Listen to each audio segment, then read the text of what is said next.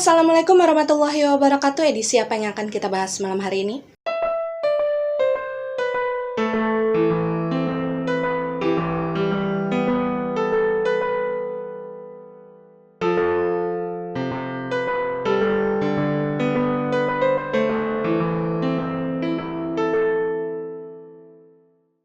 Ya, malam hari ini kita akan masuk lagi ke dalam edisi Dongeng Malam, dan kisah yang akan sama-sama kita dengarkan kali ini adalah kisah dari sosok energi bernama Aji. Dan disclaimer dulu untuk kalian yang mungkin baru pertama kali menonton channel YouTube ini, bahwasanya edisi Dongeng Malam adalah edisi di mana kita akan sama-sama mendengarkan kisah dari para residual energi yang dulunya pernah hidup melalui residual memorinya mereka. Mengenai nantinya kalian akan percaya atau tidak dengan keberadaan mereka, itu sudah menjadi hak kalian. Yang terpenting adalah bagaimana caranya kita bisa saling menghargai dan juga menebarkan energi yang positif. Dan sebelum memulai, saya sebelumnya minta maaf ya, karena memang seharusnya kali ini adalah jadwal rekam misteri yang naik tayang. Cuma karena memang kondisi kesehatan saya masih tidak memungkinkan untuk melakukan take video yang terlalu lama.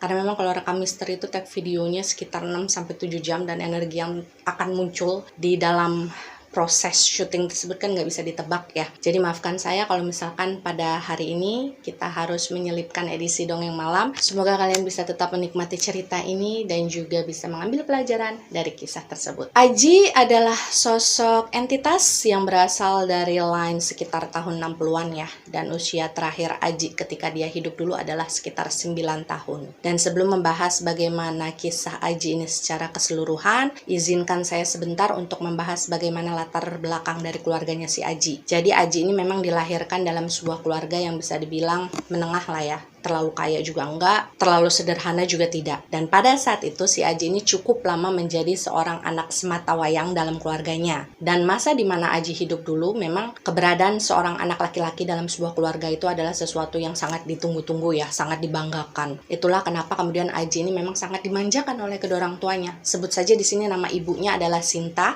dan nama ayahnya si Aji ini adalah Edo. Dan memang dalam dirinya si Aji ini banyak sekali tersimpan residual memori ketika dia ini masih kecil, sekitar usia 5-6 tahunan ya. Jadi dia ini memang sering sekali diajak sama ayahnya si Edo ini jalan-jalan, kadang ke mall, kadang hiking, main di playground. Tapi memang yang paling sering dilakukan oleh si Edo pada saat itu adalah membawa si Aji ini berkunjung ke kebun binatang. Sementara ibunya si Aji, yaitu Sinta, memang memiliki kedekatan tersendiri ya dengan si Aji. Jadi si Aji ini memang sangat manja sama ibunya. Dan ibunya ini juga memperlakukan Aji ini dengan sangat yang namanya anak kesayangan ya. Setiap dia berangkat sekolah selalu dibikinin bekal, setiap dia ulang tahun dibeliin kado. Ibaratnya kalau lagu mah semuanya dirayakan lah. Dan semua perhatian yang diberikan oleh orang tuanya Aji pada saat itu kepada Aji mungkin membuat si Aji ini merasa waktu itu merasa dunianya ya terpusat sama dia. Dia sama sekali tidak terbiasa merasakan perhatian, kepedulian, kasih sayang dari orang tuanya itu terbagi kepada orang lain.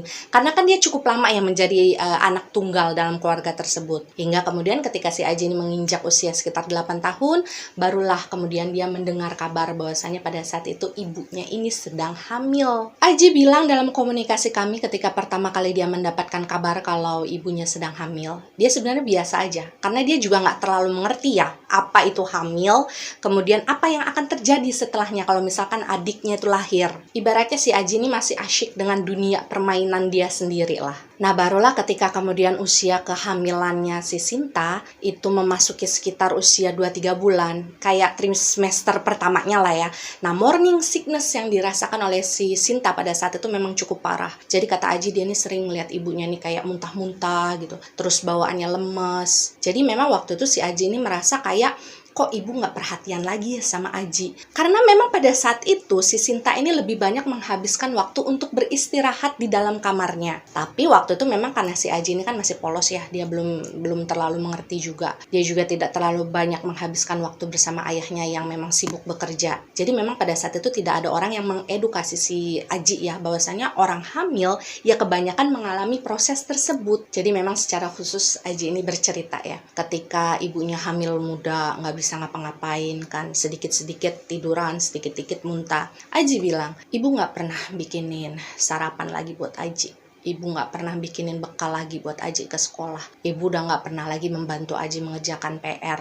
Ibu udah nggak pernah lagi nemenin Aji saat Aji mau tidur. Memang sebenarnya kalau dari residual memorinya si Aji ya, ayahnya Aji ini sudah berusaha lah untuk menggantikan peran sang ibu sementara gitu ya. Cuma Aji ini kayak ngerasa ya beda gitu, ayah sama ibu ya beda. Dan ada beberapa residual memorinya si Aji yang mungkin saya rasa memang harus saya ceritakan ya, karena itu merupakan bagian dari kisahnya si Aji. Ada satu momen dimana ketika Aji ini mulai menyadari bahwasannya kehamilan sang ibu itu rada aneh bagi dia. Jadi ketika usia kehamilannya si Sinta ini sekitar 3-4 bulan, Sinta ini sama sekali nggak bisa berdekatan dengan Aji. Aji mungkin pada saat itu nggak ngerti ya kenapa, karena yang dia pahami waktu itu adalah ibunya ini setiap ngelihat si Aji atau berdekatan dengan si Aji, dia itu akan muntah-muntah. Dan menurut saya, menurut berdasarkan pengalaman saya ya, kemungkinan besar yang dialami Sinta pada saat itu adalah dia nggak bisa menghirup aroma badannya si Aji. Karena kan gini, orang hamil, mungkin kalian yang sudah pernah mengalami hamil kemudian morning sickness yang luar biasa parahnya, ketika kita sedang lagi parah-parahnya morning sickness, kadang kita nggak bisa mencium aroma tertentu kan, bahkan bau nasi pun bikin kita mual. Dan itulah yang terjadi kepada si Sinta. Dia tuh kalau ngelihat si Aji atau berdekatan dengan si Aji,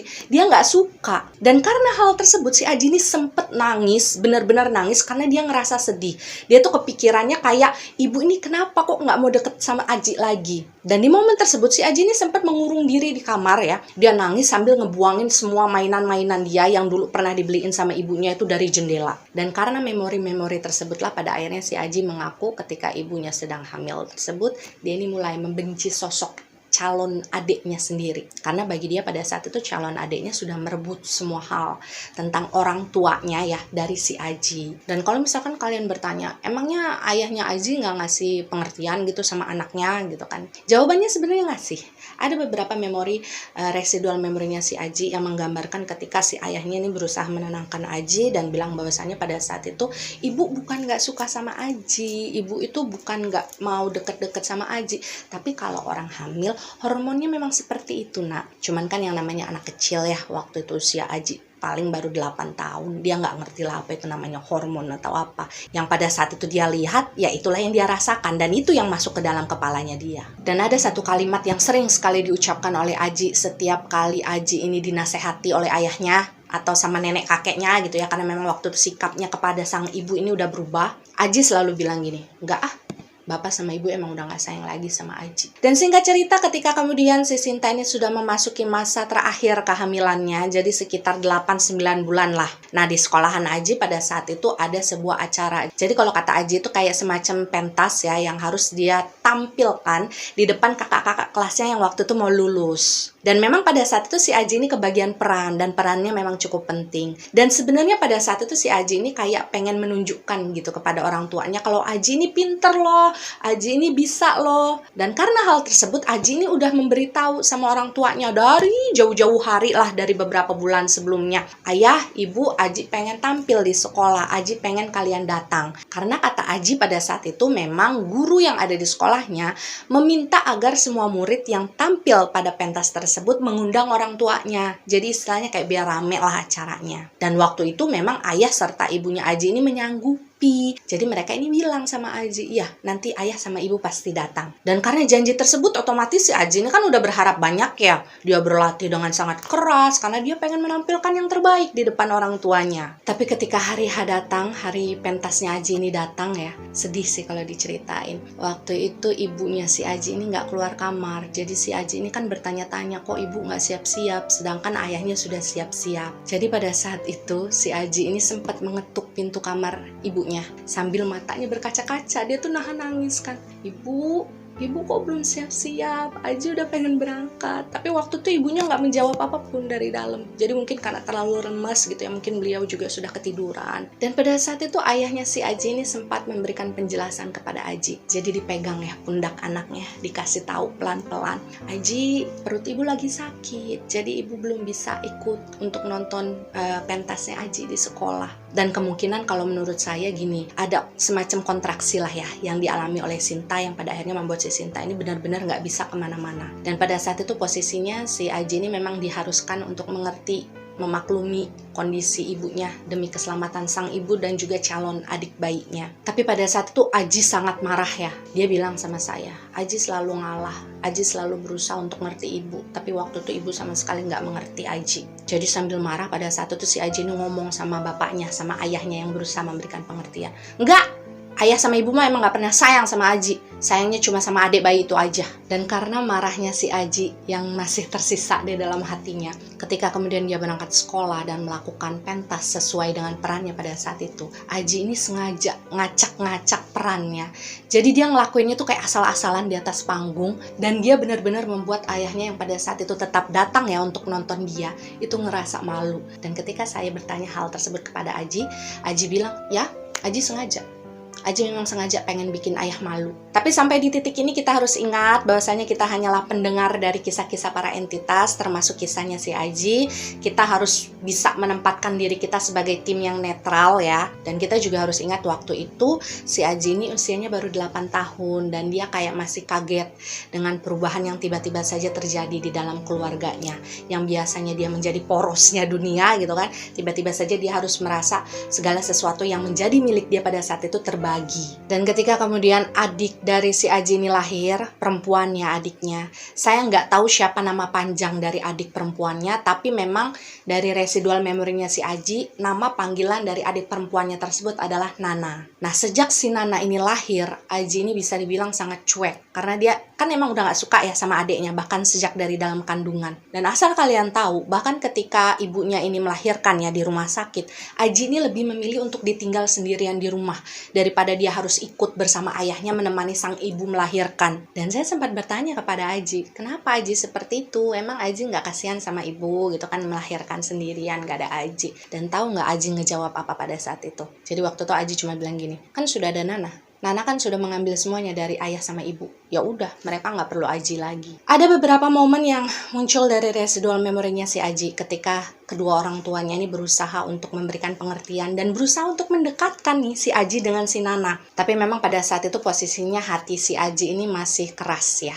Dia masih nggak suka sama adiknya. Bahkan ketika si Aji ini mendengar adiknya lagi nangis gitu, Aji ini akan marah-marah dan dia akan lebih memilih keluar dari rumah untuk main di halaman, main bola gitu ya sendirian, atau dia main ke rumah temennya. Dan Aji bilang dia sangat sebal kalau misalkan udah jam tidurnya dia gitu ya. Terus tiba-tiba dia mendengar suara si Nana ini nangis. Karena kan yang namanya anak bayi ya, kadang kan ada bayi yang kalau malam itu nggak tidur sampai pagi. Nah itulah yang dialami oleh si Nana, dan itu yang nggak disukain sama si Aji. Dan sampai di titik ini, izinkan saya sebentar untuk untuk menyampaikan secara pribadi perasaannya si Aji ya. Karena kan kalau misalkan tadi barusan kita mendengar kisah Adi ini secara general. Nah sekarang saya ingin mencoba menjelaskan gimana sih sebenarnya perasaan yang waktu itu dirasakan oleh si Aji. Jadi sebenarnya yang dirasakan oleh Aji pada saat itu adalah perasaan kayak semacam ditinggalkan lah ya. Bukan hanya perhatiannya yang terbagi oleh Nana, tapi si Aji ini kayak ngerasa kurang diperhatikan. Ada beberapa momen-momen ketika si Aji ini berusaha untuk mendekatkan diri kepada kedua orang tuanya.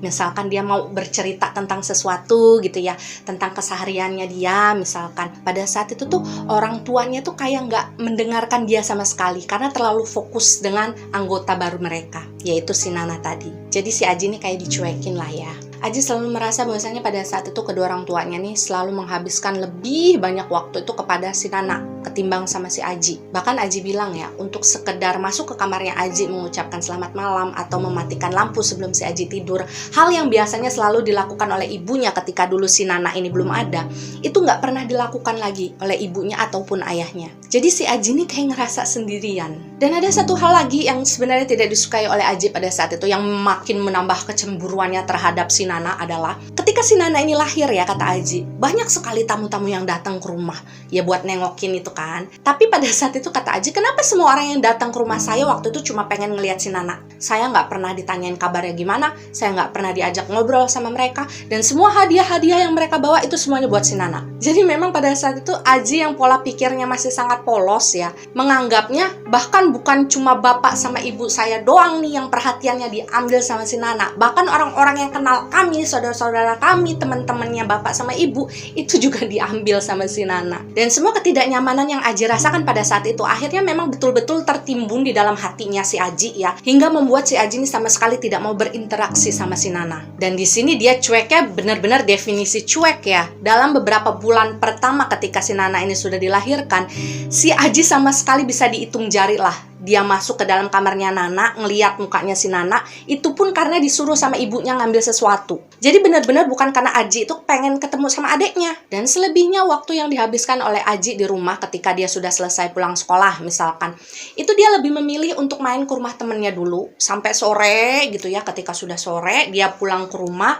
mandi, dan langsung masuk ke kamar. Nah, di dalam kamar itu bebas lah. Kadang dia main mobil-mobilan, kadang dia tidur-tiduran, ngerjain PR, belajar, sampai nanti waktunya si Aji ini tidur. Gitu aja terus setiap harinya. Saking dia nggak mau keluar kamar dan ketemu sama si Nana. Dan sampai kemudian si Nana ini tumbuh, dia kemudian bisa belajar berjalan, belajar ngerambat-ngerambat gitu ya. Sekitar usia 12-13 bulanan lah. Disitulah kemudian ada beberapa momen yang saya pikir itu mulai bisa membuat hatinya si Aji itu luluh. Dan ada salah satu momen yang menjadi highlight banget dari kebanyakan momen yang memang tersimpannya dalam residual memorinya si Aji.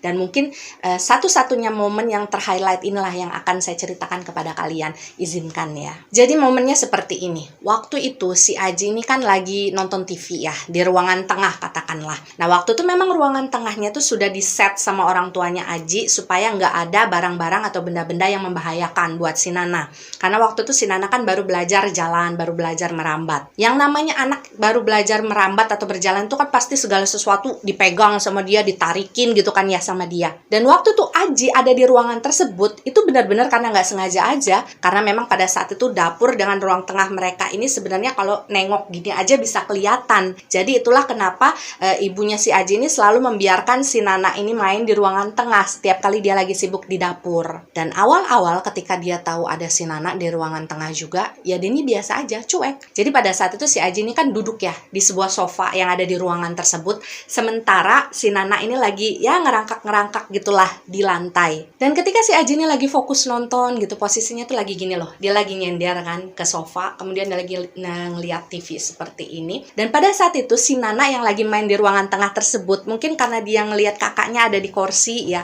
akhirnya dia merangkak lah mendekati arah kakinya si Aji. Dan jujur pada saat itu rekaman residual memory tersebut ya, Nana ini kan lucu ya, anaknya pipinya gembul, matanya bulat. Ketika dia mendekati, merangkak ke arah Aji, itu dia tuh sambil ngoceh-ngoceh gitu loh. Jadi kayak ngoceh-ngoceh ala balita gitu lah. Kalian tau lah yang nyanya yang kayak gitu kan. Kemudian matanya tuh kayak berbinar-binar, kayak berharap bahwa pada saat itu si Aji juga ngerespon dia. Dan memang sempet si Aji ini kayak ngelirik gini ke arah adiknya, tapi cuma sebentar. Dan ketika matanya si Aji ini sudah kembali menatap ke arah TV, karena dia kayak pengen sok-sok nggak ngeliat adiknya lah ya waktu itu.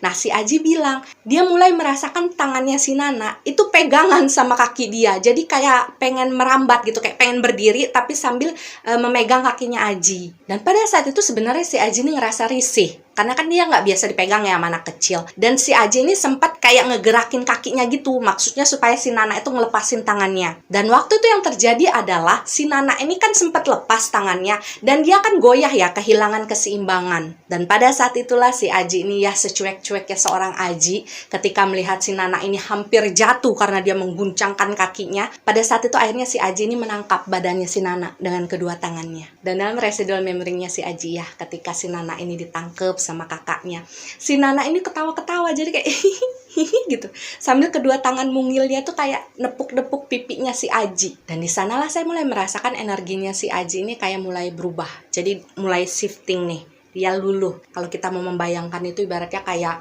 bongkahan es batu yang disiram sama air hangat. Walaupun belum hancur tapi sudah meleleh. Aji bilang ketika dia memeluk Nana untuk pertama kalinya pada saat itu, jadi kalian bisa bayangkan ya berapa lama si Aji ini menjauhi adiknya. Ketika adiknya sudah berusia 12-13 bulan, baru pertama kali si Aji megang adiknya secara langsung. Dan waktu itu kata Aji, aroma tubuhnya si Nana itu wangi. Jadi wangi khas minyak telon bayi lah. Dan si Aji ini suka dengan aroma tersebut. Dan udahlah ya, Udah selesai dia megangin adiknya, nangkep adiknya kan supaya dia nggak jatuh. Pada akhirnya dilepas lagi lah sama si Aji kan, si Nana, biar dia main lagi di lantai sementara si Aji lanjutin nonton. Tapi karena memang pada saat itu kan perasaannya udah agak lulu gitu kan.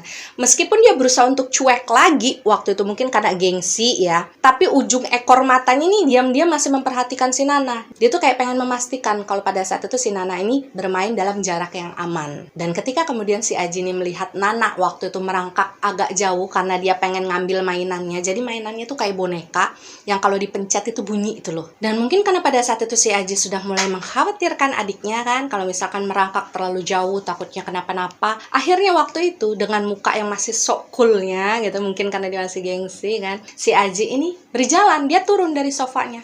Jalan dia sebentar untuk mengambilkan mainan yang waktu itu sedang diincar oleh si Nana. Jadi dia ngambil mainan tersebut dari lantai, kemudian ngasihin gitu sama si Nana. Dan memang momen-momen tersebut lucu. Maksudnya momen-momen dimana kemudian hatinya si Aji ini luluh terhadap adiknya. Dan sejak saat itu si Aji ini memang jadi jarang menghabiskan waktunya di luar rumah ya. Kalau misalkan dulu kan biasanya dia selalu main ke rumah temennya sampai sore baru pulang.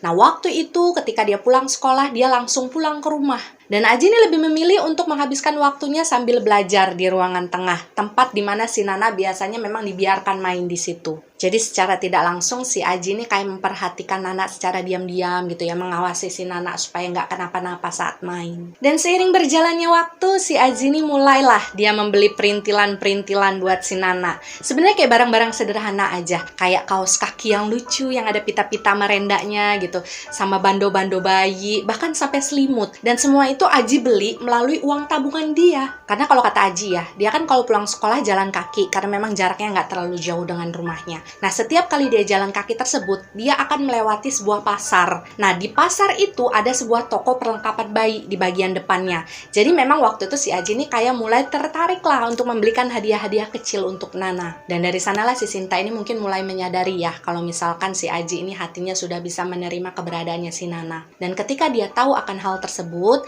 si Sinta ini mulai sering berusaha untuk mendekatkan Aji dan Nana. Dia juga mulai sering meminta bantuan Aji untuk bisa menemani Nana, mengawasi Nana sebentar ketika si Sinta ini lagi sibuk di dapur. Dan Aji nggak pernah menolak karena memang pada saat itu hatinya sudah timbul rasa sayang terhadap si Nana. Jadi gini ya guys, secara kesimpulan yang bisa saya lihat melalui residual memorinya si Aji, Nana ini adalah balita yang sangat ceria ya, terutama ketika dia bersama dengan si Aji. Jadi ketika dia melihat Aji ada di rumah, ada di dekat dia, si Nana ini akan selalu tertawa. Bahkan setiap kali si Aji ini pulang sekolah, Aji baru buka pintu aja gitu ya. Jadi kan pintu depan dengan ruangan tengah tempat di mana si Nana ini biasa dibiarkan bermain, itu bisa langsung kelihatan. Nah, setiap kali si Nana ini ngelihat si Aji pulang, si Nana ini akan langsung merangkak untuk menghampiri kakaknya. Dan pada saat itu si Aji langsung berlari masuk, nutup pintu, naruh tasnya di sofa. Dia langsung gendong si Nana, langsung dipeluk si Nana, main dulu mereka ini sebentar, baru kemudian si Aji ini ganti baju. Jadi memang seakrab itulah hubungan si Aji dan juga si Nana. Hingga kemudian memang memori-memori indah di antara Aji dan juga si Nana ini harus berakhir ya, di hari yang menurut saya cukup tragis, tidak hanya bagi si Nana tapi juga bagi si Aji. Karena memang benar yang namanya hari sial itu nggak pernah ada di kalender. Jadi kronologinya kurang lebih seperti ini. Di hari tersebut si Aji ini lagi libur, jadi kemungkinan antara Sabtu atau Minggu. Dan Sinta waktu itu memang sedang ada kesibukan di dapur. Saya nggak ngerti dia lagi masak apa, yang jelas memang sudah dari pagi si Aji ini diminta oleh si Sinta untuk menjaga si Nana. Dan awalnya si Nana ini memang bermain di ruang tengah seperti biasa dan Aji menemaninya. Tapi waktu itu melalui residual memorinya si Aji dan juga si Aji menjelaskan, nggak tahu kenapa di hari tersebut si Nana ini benar-benar nggak mau anteng. Jadi dia tuh kayak pengen selalu maksa ngerangkak ke arah dapur, tempat di mana si Sinta itu berada. Karena kan memang kelihatan ya. Dan Aji ini kan nggak mau waktu itu si Nana merangkak ke sana karena takutnya kan nanti ngeganggu si ibu, atau nantinya ya namanya di dapur kan ada perlengkapan yang mungkin bisa berbahaya bagi si Nana. Jadi pada saat itu diambillah si Nana ini. Jadi digendong sama si Aji, dikembalikan lagi di tempat awal mereka main. Tapi hal tersebut terus-menerus terjadi beberapa kali. Dan karena pada saat itu si Nana ini kayak udah nggak bisa dilarang lagi ya, dia ngotot pengen merangkak ke arah dapur. Akhirnya si Aji ini memutuskan untuk mengajak si Nana ini, udahlah kita main aja ke teras yuk. Akhirnya pada saat itu si Aji ini memutuskan untuk menggendong Nana dan membawa si Nana ini ke teras. Mainlah mereka ini di teras dan mereka main ini cukup lama. Jadi di situ tuh situasinya semua mainannya si Nana ya, ada boneka, ada mobil-mobilan juga pada saat itu dikumpulin nih, sengaja dibawa si Aji dari dalam, dikeluarin nih di depan teras gitu, di lantai. Mereka mainnya di lantai tuh. Nah kemudian agak siang sedikit, kata Aji pada saat itu sinar matahari kebetulan memang betul-betul lagi menyorot ke arah mereka. Nah karena si Aji ini mencemaskan keadaan adiknya ya, takut adiknya ini ngerasa kepanasan atau bagaimana. Kemudian kalau misalkan untuk masuk lagi main di dalam, si Aji juga takutnya si Nana lagi-lagi ngerangkak ke arah dapur kan. Akhirnya waktu itu si Aji memutuskan untuk membawa si Nana bermain ayunan. Jadi di depan rumah mereka pada saat itu kan ada halamannya yang cukup luas. Banyak pohon-pohon besar di sana.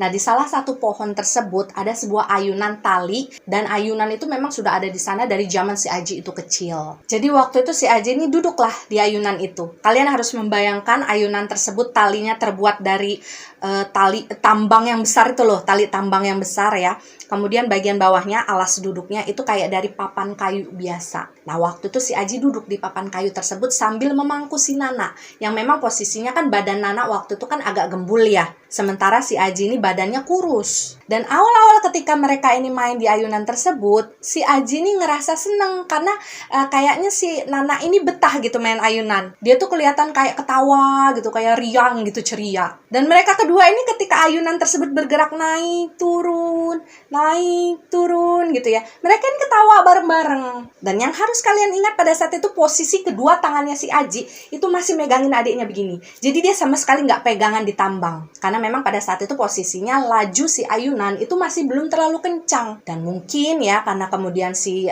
Aji ini ngerasa terlalu excited kan, ngelihat adiknya tertawa-tawa, seneng ketika ayunan itu bergerak. Akhirnya si Aji ini menambah kecepatan ayunan tersebut dengan kedua kakinya.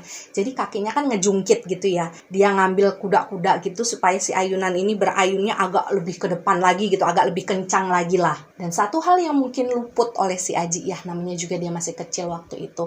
Ketika ayunan tersebut bergeraknya semakin cepat, otomatis keseimbangan tubuhnya si Aji kan juga akan berkurang toh. Dan ketika gerakan ayunan tersebut posisinya sudah kencang ya, itu di sekitar ayunan yang kedua atau ketiga, nah si Aji ini hampir jatuh. Jadi dia kayak hampir oleng kayak gitu. Dan secara refleks, secara tidak sengaja dia melepaskan satu tangannya untuk meraih tambang yang ada di sebelahnya. Maksud dia mungkin supaya dia nggak jatuh ya, dia dan Nana tidak jatuh. Cuma karena si Nana ini badannya gembul, agak berat mungkin ya. Dalam posisi seperti itu juga keseimbangannya si Aji lagi goyah. Meskipun sebelah tangannya masih berusaha untuk memegangi Nana. Tapi apa mau dikata pada saat itu akhirnya si Nana ini tetap jatuh juga ke tanah. Suara ketika si Nana ini kemudian terjatuh ke tanah itu benar-benar terdengar dengan jelas. Jadi kayak bruk gitu. Dan yang perlu kalian tahu pada saat si Nana ini terjatuh, posisi si ayunan itu lagi naik ke atas. Jadi memang posisinya lagi lumayan tinggi. Dan ketika jatuh si Nana ini posisinya tertelungkup ya. Jadi yang menghantam tanah terlebih dahulu itu adalah bagian wajah. Dan bagian bawah dari ayunan tersebut memang rumput. Tapi bukan rumput yang empuk, yang lebat gitu, bukan. Jadi kayak ada rumput tapi ada batu-batunya juga. Dan karena kaget, Aji bilang, ketika dia berkomunikasi dengan saya dan menceritakan momen ini ya, dia masih gemeteran loh. Dia bilang ketika dia tahu adiknya jatuh ke tanah dalam posisi tertelungkup, dia nggak ngelihat adiknya bergerak, dia nggak mendengar adiknya menangis, itu rasa takutnya luar biasa. Jadi sambil setengah melompat, bahkan ketika si ayunan itu belum balik ke bawah, Aji tuh langsung lompat dari ayunan demi melihat keadaan adiknya. Dan satu hal yang sanggup saya jelaskan kepada kalian secara garis besar ya, waktu itu kondisinya si Nana di bagian wajah itu banyak lukanya, tapi yang paling parah itu adalah bagian hidung dan juga bagian mulutnya. Kemungkinan diakibatkan dengan benturan yang didapatkan oleh si Nana ketika dia jatuh tadi. Waktu itu kedua mata Nana ini sudah terpejam. Dia sama sekali udah gak bergerak. Dan pada saat itu yang terdengar hanyalah tangisannya si Aji ya, yang berusaha untuk membangunkan Nana. Waktu itu si Aji cuma bilang, Adek bangun, adek bangun. Nanti aja dimarahin sama ayah sama ibu kalau adek nggak bangun adek. Sempat beberapa saat si Aji ini kayak nangis ngeraung-ngeraung ya sambil melukin badan si Nana. Tapi kemudian kata Aji, dia kayak disadarkan oleh kenyataan. Waktu itu si Aji berpikir ya, semisal ayah sama ibunya tahu Kondisi Nana pada saat itu sudah pasti dia akan dimarahi abis-abisan oleh kedua orang tuanya. Dan Aji takut akan hal tersebut. Jadilah pada saat itu di tengah rasa panik, takutnya dia yang bercampur menjadi satu, Aji akhirnya memutuskan untuk meninggalkan tubuhnya si Nana di depan pintu rumahnya mereka. Jadi pada saat itu si Aji ini menarik taplak meja yang ada di meja teras rumah mereka kan. Dia mengalasi taplak meja tersebut, kemudian di atasnya dia letakkan si Nana yang memang sudah tidak bisa bergerak. Dan Aji waktu itu sempat membersihkan darah-darah yang ada di sekitar mulutnya si Nana dengan ujung baju yang sedang dia pakai sambil nangis. Waktu itu dengan suara bergetar, Aji ini cuma bilang gini di hadapan jenazah adeknya ya, maafin Aji adek, Aji udah jahat sama adek. Dan waktu itu si Aji ini benar-benar pergi dari rumah loh. Setelah dia meletakkan adiknya di depan pintu rumah, dia pergi kabur dari rumah tersebut. Meskipun pada saat itu dia sendiri nggak tahu harus pergi kemana. Dan ketika saya bertanya kepada Aji, kenapa Aji nggak jujur aja sama ibu kan? Nah Aji ini cuma menjawab gini, ibu itu sangat sayang sama Nana ketimbang sama Aji.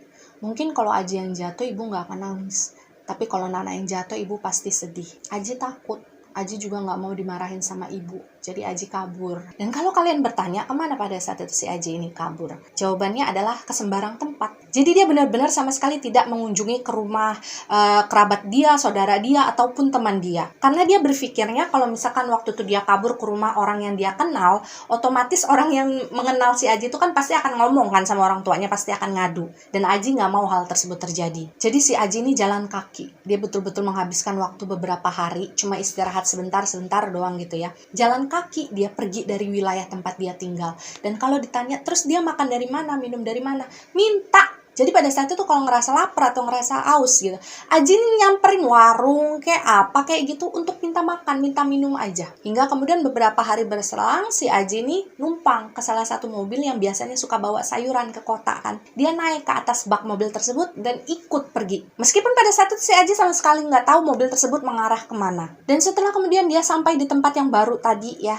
dia mulai menjalani kehidupannya benar-benar seorang diri. Dan kalian harus ingat pada saat Aji kabur, dia sama sekali tidak membawa barang apapun. Betul-betul hanya baju yang menempel di badan dia saja. Baju yang ada bekas darahnya si Nana. Dan ketika dia sampai di tempat itu, beruntungnya Aji adalah dia menemukan sebuah tempat yang sudah tidak terpakai. Jadi itu kayak semacam gubuk ya, kayak geribik gitu. Tapi memang sudah, ya namanya sudah rusak ya, sudah reot. Bagian atapnya juga sudah berlubang. Tapi waktu itu Aji bilang tempat tersebutlah yang menjadi tempat bernaungnya si Aji ketika dia ngerasa ngantuk, ketika dia ngerasa capek, lelah. Meskipun misalkan kalau hujan, ya si Aji juga pasti akan kehujanan. Dan kalian tahu nggak, gubuk yang ditempati oleh si Aji sebagai tempat tinggal dia pada saat itu berada di pinggir sebuah kuburan. Jadi memang wilayah yang tidak terlalu ramai dengan penduduk sekitar. Aji bilang sama saya, mendinglah tante saya bisa tinggal di gubuk tersebut ketimbang waktu dulu-dulunya saya harus tidur di pinggiran toko-toko orang.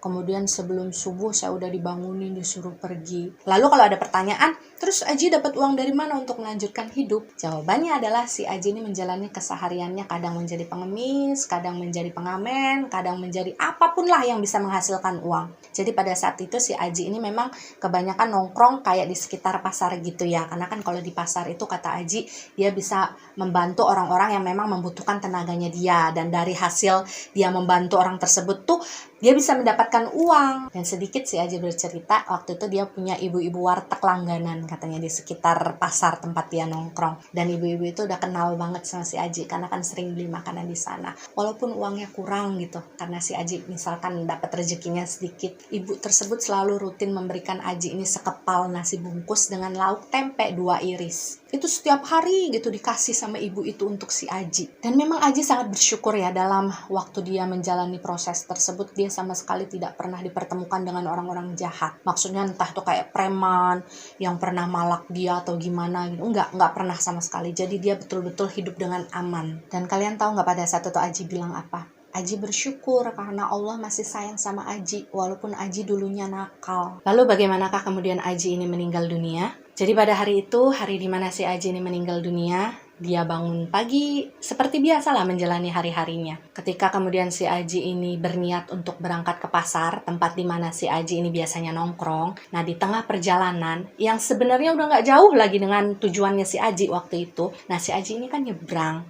Ketika dia nyebrang tersebut, dia ditabrak oleh sebuah truk yang waktu itu melintas dengan cukup kencang. Dan memang saat itulah si Aji ini langsung meninggal dunia di tempat. Dan selepas kepergiannya si Aji memang sudah tidak mengetahui lagi ya apa yang kemudian terjadi kepada ibunya, kepada ayahnya juga.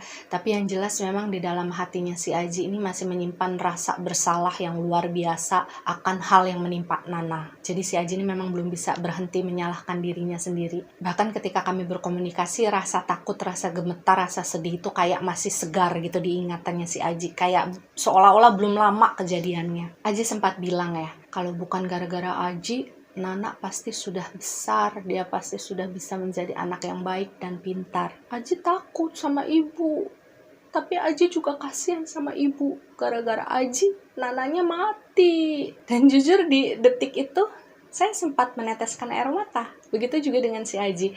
Kami menangis dalam dimensi kami masing-masing. Karena memang itu adalah sesuatu yang luar biasa berat ya, yang harus dihadapi oleh seorang anak yang usianya masih sangat kecil, yaitu Aji. Kalian bayangkan dia harus menyaksikan dengan mata kepalanya sendiri adik kesayangannya meninggal. Dan kita tidak bisa menutup mata bahwasanya hal tersebut terjadi ya karena kelalaiannya si Aji. Tapi sekali lagi kita harus netral ya.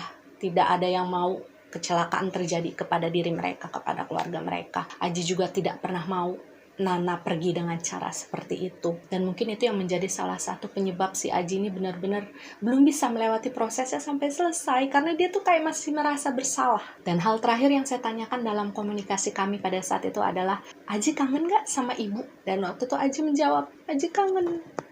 Aji kangen sama ibu. Aji kangen sama bapak. Aji juga kangen sama Nana. Aji kangen semuanya. Dan ya itulah keseluruhan dari cerita entitas bernama Aji. Dari ceritanya Aji ini banyak pembelajaran yang bisa kita ambil ya. Baik itu sebagai orang tua maupun sebagai anak. Yang pertama mungkin kita akan membahas pembelajaran sebagai orang tua ya. Bahwasanya kita harus ingat, sekecil apapun usia anak kita, mereka itu juga manusia yang punya hati dan perasaan loh. Ketika kita berubah sifat, kita berubah sikap terhadap mereka, kita mengurangi porsi kasih sayang dan perhatian kita kepada anak, mereka itu bisa ngerasain loh. Jadi jangan kalian anggap anak itu masih kecil belum ngerti gitu. Jangan seperti itu. Mereka juga memiliki kesensitifan yang harus kita hargai. Karena sejatinya gini ya, anak itu menganggap kita orang tua mereka itu sebagai dunianya mereka. Dan kita juga sebagai orang tua menganggap anak-anak kita itu sebagai dunia kita juga kan. Jadi kita harus bisa menyeimbangkan kedua hal tersebut. Intinya komunikasi antara orang tua dan anak. Dan kita jangan menepikan anak kita dari hal apapun yang berhubungan dengan kehidupan kalian berdua, anak dan orang tua. Dan pembelajaran yang bisa kita ambil kalau misalkan kita adalah seorang anak adalah kita jangan pernah lupa bahwa keluarga itu adalah filter terakhir kita. Apa maksudnya Kak filter terakhir? Maksudnya adalah orang tua itu posisinya sementok-mentoknya kita untuk menghadapi dunia. Di sanalah tempat kita terakhir untuk bisa bercerita, bisa mengungkapkan keseharian kita, apa yang terjadi, rahasia-rahasia terdalam kita. Itu semua yang harus kita ceritakan kepada mereka. Karena senakal-nakalnya kita, orang tua itu pasti bisa memaafkan. Dan semarah-marahnya orang tua kepada kita akan selalu ada rasa kasih sayang di dalam hatinya mereka untuk anak-anaknya. Lalu mungkin di antara kalian akan ada yang berpikir, tapi kan gak semua orang tua baik Kak. Lalu gimana kalau misalkan kita balikkan fakta tersebut dengan ucapan, tapi kan gak semua anak juga nurut sama orang tuanya. Jadi yang terpenting dalam hal ini adalah bukan siapa yang baik, siapa yang jahat. Enggak. Karena kalau kita mau mencari orang yang terbaik dalam versi kita sendiri, itu nggak akan pernah ketemu. Kita nggak akan pernah ketemu orang yang sempurna. Dan kuncinya di sini adalah bagaimana cara kita merespon, cara kita bereaksi kepada orang-orang yang ada di sekitar kita. Entah itu keluarga, teman, saudara. Karena sejatinya kita harus ingat ya, bahwa tidak ada orang tua yang bisa memilih ingin anak seperti apa. Begitu juga anak yang tidak bisa memilih ingin ingin memiliki orang tua seperti apa? Satu-satunya jalan yang bisa kita lakukan adalah menerima takdir. Takdir yang memang sudah dituliskan oleh Tuhan dengan siapa-siapa saja orang-orang yang ada di sekitar kita yang nantinya akan selalu bersama kita dalam proses kita menjalani kehidupan di dunia. Intinya adalah jangan biarkan hujan yang terjadi di masa lalu kalian menjadi badai nantinya bagi anak kalian di masa depan.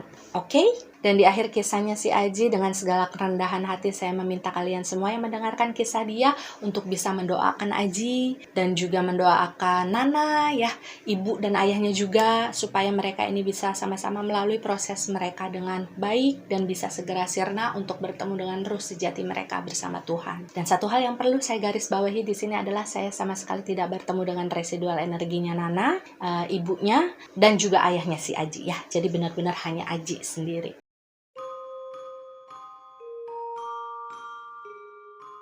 Ya, percaya atau tidak itu adalah hak kalian sebagai penonton setia. Jika kalian percaya dengan kisah ini, maka jadikan kisah ini sebagai pembelajaran. Jika kalian tidak percaya dengan kisah ini, maka cukup jadikan cerita ini sebagai dongeng malam biasa.